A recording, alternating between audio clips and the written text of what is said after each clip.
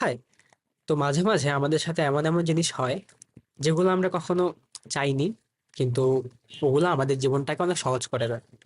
ধরেন, আপনি বাস স্টপে গেছেন, যাওয়ার সাথে সাথে আপনার বাস চলে আসলো, আপনার ওয়েট করতে হইলো না। অথবা আপনি এমন একটা কাজ করতেছেন যে কাজে হয়তো কিছু প্রভাবক হিসাবে আসে, এবং ওটার জন্য আপনি কখনো আপনার সৃষ্টিকর্তার কাছে চাননি, এবং ওই প্রভাবকটা আপনার টাস্কটাকে অনেক সহজ করে দেয়। তো এই জিনিসগুলো কিন্তু আমাদের মনে অনেক ভালো লাগা সৃষ্টি করে, যে ওয়াও, এটা কিন্তু অনেক ভালো একটা জিনিস হয়েছে। সিমিলারলি যখন আমাদের সাথে খারাপ কিছু হয়, যে জিনিসগুলো আমরা কখনো চাইনি অথবা এক্সপেক্ট করিনি, এবং ওই খারাপ সিচুয়েশন গুলো আমরা যখন ফেস করি, তখন আমাদের কাছে সাময়িক সময়ের জন্য মনে হয় যে আসলে এইটা আমার সাথে না হইলেও পারতো, আমার সৃষ্টিকর্তা জিনিসটা একটু অন্যভাবে ঘুরাই দিলেও পারতো যেখানে আমার ভালো আছে। কিন্তু আলটিমেটলি যখন আপনি 2-3 বছর পর একটা লম্বা টাইম ফ্রেমে চিন্তা করবেন, দেখবেন যে যা হইছে আসলে ওখানে আপনার জন্য ভালোই ছিল।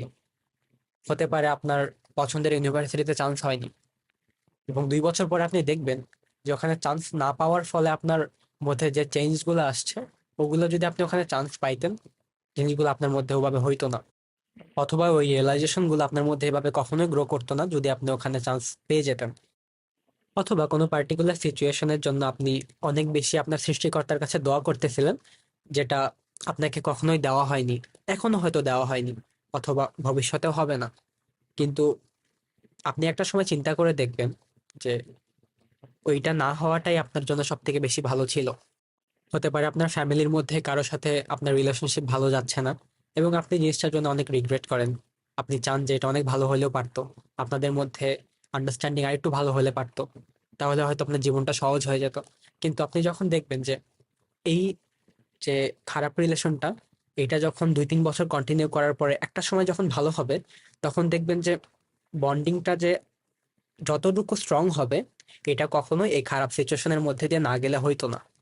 অথবা আপনার প্রিয় মানুষটা আপনাকে ছেড়ে চলে গেছে একটা লম্বা সময়ের পরে, আপনার অনেক খারাপ লাগতে পারে যে কেন ও আমাকে এভাবে ছেড়ে চলে গেছে, আমি কি তাকে কেয়ার করতাম না, আমি কি তার জন্য এফোর্ট দিতাম না।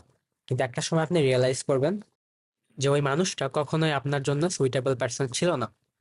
তো আসলে আমাদের জীবনে যাই হয় না কেন, সবকিছুই আসলে আলহামদুলিল্লাহ মোমেন্ট।